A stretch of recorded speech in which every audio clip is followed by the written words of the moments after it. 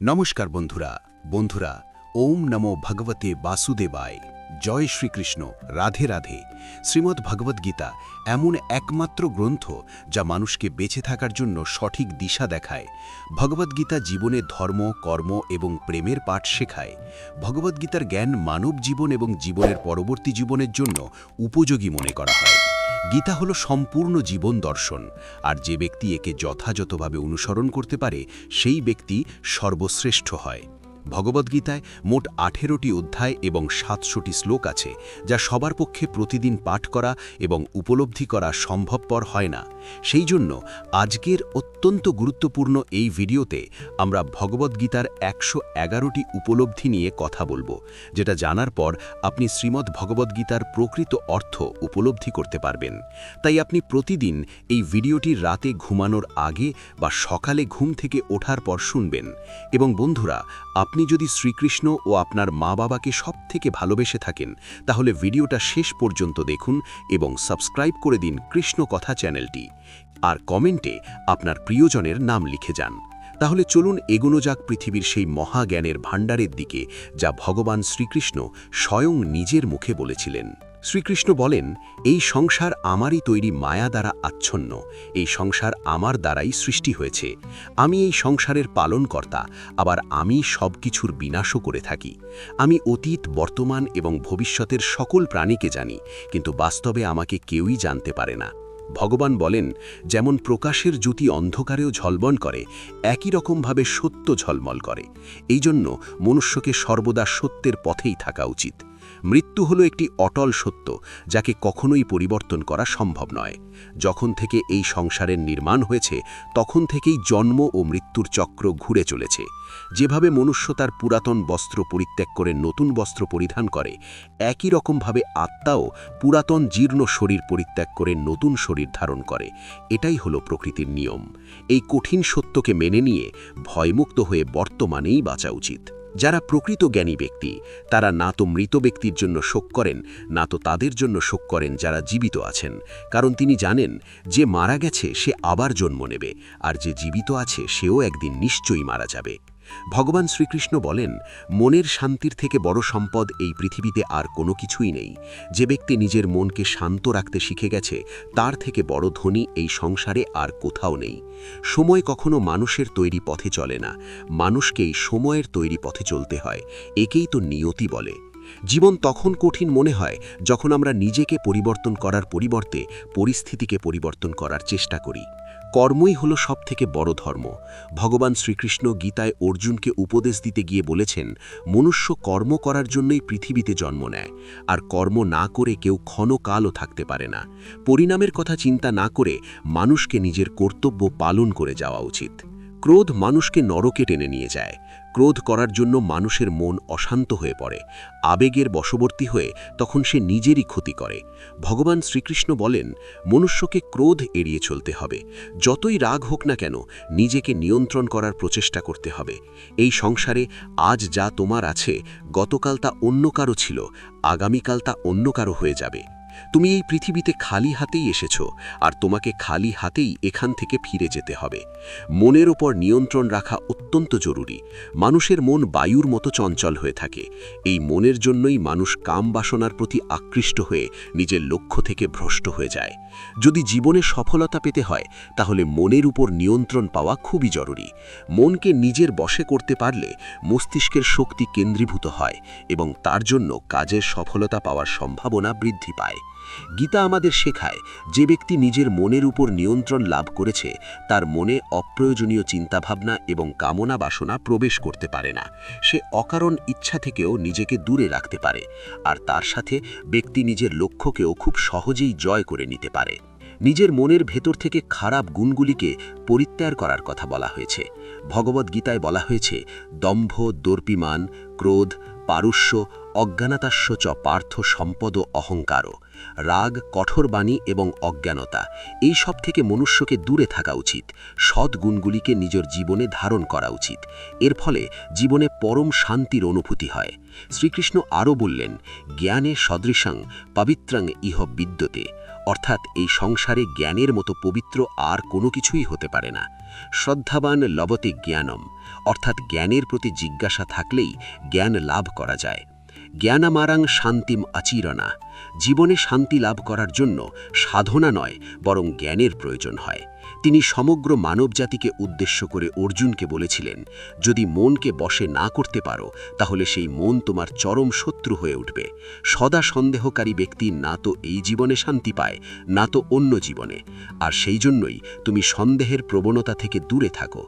অধিক সন্দেহ করলে মনের সমস্ত শান্তি নষ্ট হয়ে যায়, আর ব্যক্তি ভ্রমের বশবর্তী হয়ে আপনজনদের সঙ্গে সব সম্পর্ক নষ্ট করে ফেলে। শরীরের সৌন্দর্য মনকে আকর্ষিত করে, কিন্তু স্বভাবের সৌন্দর্য হৃদয়কে আকর্ষণ করে। সেই জন্যই মনুষ্যের স্বভাব সর্বদা নির্মল হওয়া উচিত। কে কি করছে, কেন করছে এবং কিভাবে করছে, এসব থেকে যত দূরে থাকবে ততই তুমি সুখে থাকবে। জীবনে আমরা কতটা ঠিক এবং কতটা ভুল এটা মাত্র দুজনই জানে। একজন হলেন পরমাত্মা এবং দ্বিতীয় হল আমাদের অন্তরাত্মা। ভগবান শ্রীকৃষ্ণ বলেন, যে ব্যক্তির মধ্যে জ্ঞানের অভাব এবং ঈশ্বরে বিশ্বাসের অভাব থাকে সেই ব্যক্তি জীবনে কখনো আনন্দ এবং সফলতা লাভ করতে পারে না। মানুষের দুঃখের প্রধান কারণই হল তার মোহ। যে যত বেশি মোহ করবে সে তত বেশি দুঃখ ভোগ করবে। তোমার আফসোস তোমার অতীতকে পরিবর্তন করতে পারবে না, আবার তোমার দুশ্চিন্তা তোমার ভবিষ্যৎকেও পরিবর্তন করতে পারবে না। সেই জন্যই বর্তমানের আনন্দ উপভোগ করাই সবথেকে সুখের। শ্রীকৃষ্ণ আরও বলেন, যে তোমার পাশে থাকে তুমিও তার পাশে সবসময় থেকো, আর যে তোমার সাথে প্রতারণা করে তাকে তুমি ত্যাগ করো। যে স্থানে তোমার কোনো সম্মান নেই সেখানে কখনোই যাওয়া উচিত নয়, কারণ এটা করলে লোক তোমাকে বোকা এবং দুর্বল ভাববে। ক্রোধ ভবতি সম্মোহ, স্মৃতিভ্রংসাৎ বুদ্ধিনাশ, বুদ্ধিনাশত্ব প্রণাশ্যতি। গীতার এই শ্লোকটি বলে, যে কোনো কাজের সফলতার জন্য মনের প্রশান্তির প্রয়োজন হয়। ভগবান শ্রীকৃষ্ণ বলেন, রাগ বুদ্ধিকে ধ্বংস করে ব্যক্তিকে মূর্খ করে তোলে। একজন মূর্খ ব্যক্তি নিজেকে ধ্বংস করে।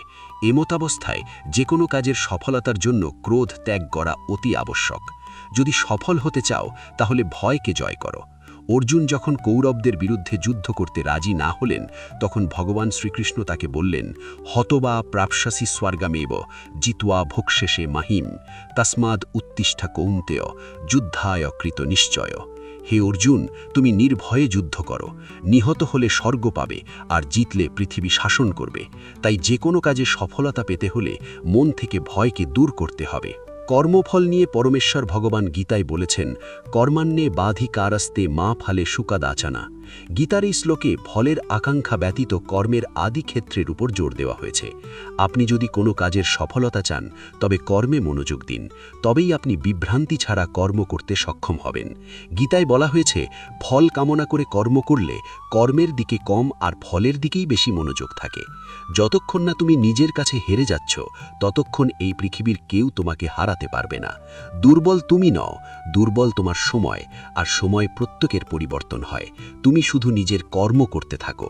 যে কখনো জীবনে সংকটে পড়েনি সে কখনো নিজের শক্তি সম্পর্কে জানতে পারে না। যে অন্যের দুঃখকে অনুভব করতে পারে, যার মনে দয়া আছে, যারা মন থেকে শুদ্ধ, সে এই পৃথিবীর জন্ম মৃত্যুর চক্র থেকে মুক্ত হয়ে যায়। ভগবদ্গীতার একটি বড় শিক্ষা হলো এই যে কাউকে কিছু দিয়ে কখনো অহংকার করা উচিত নয়। কে বলতে পারে তুমি তাকে সেটা দিচ্ছ নাকি পূর্বজন্মের ঋণ পরিশোধ করছো?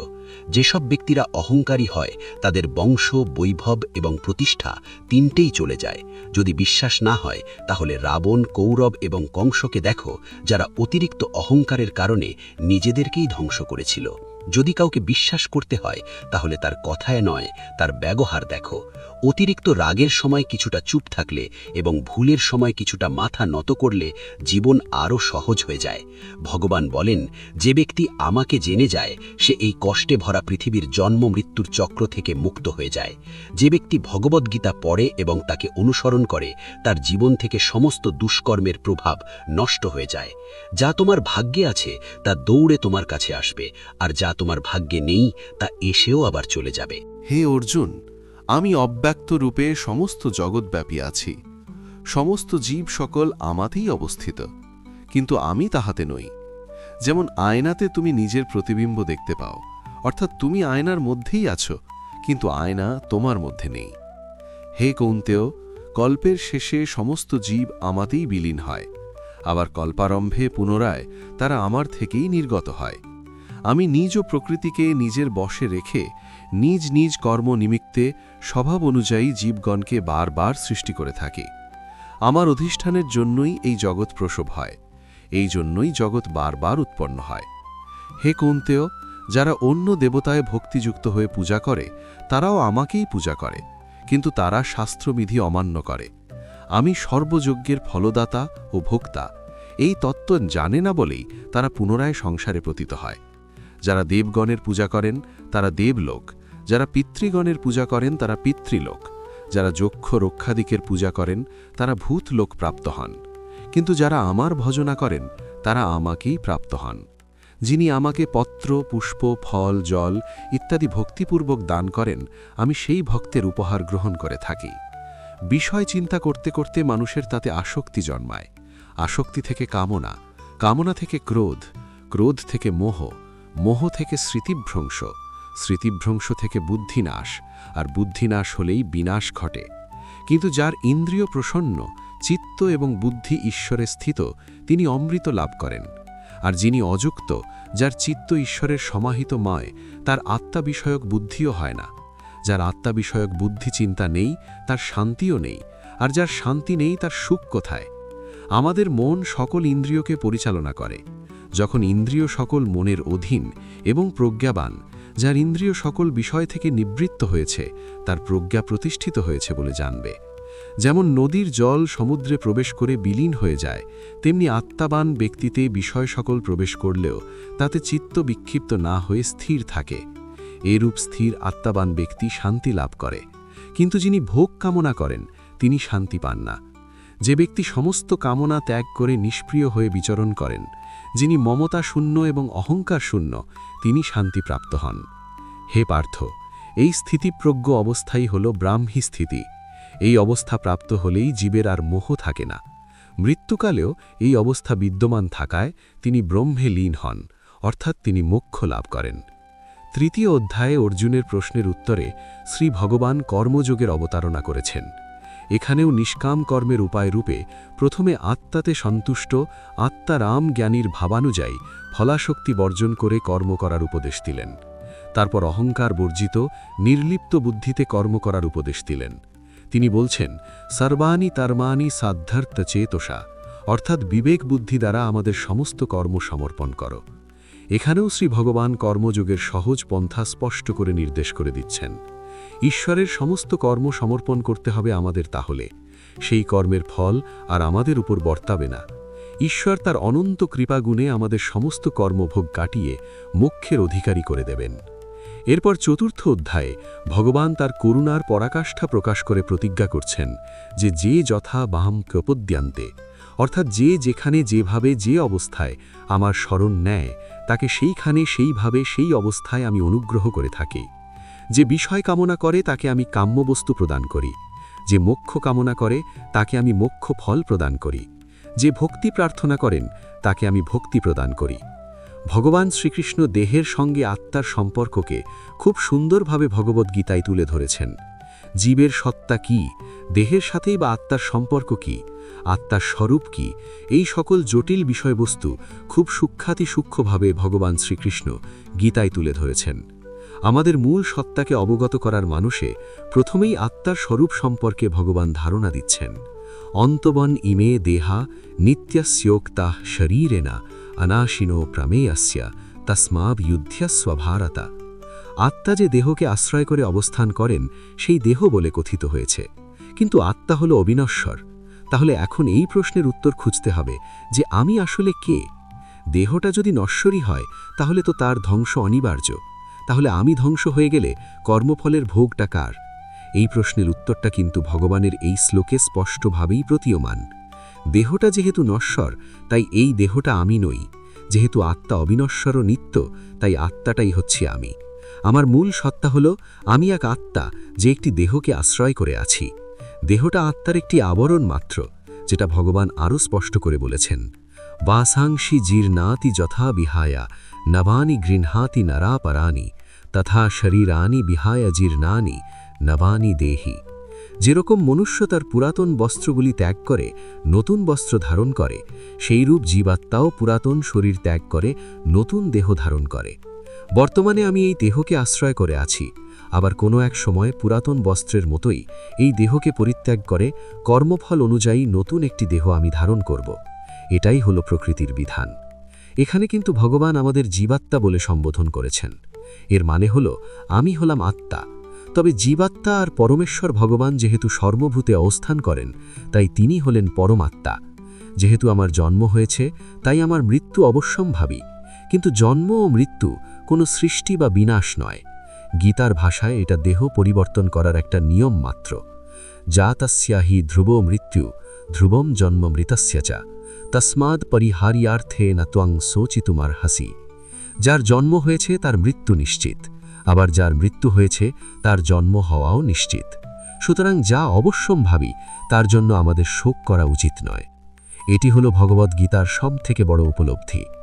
যারা এই শরীরকে সর্বস্ব বলে মনে করেন তারাই কেবল দুঃখ ভোগ করেন।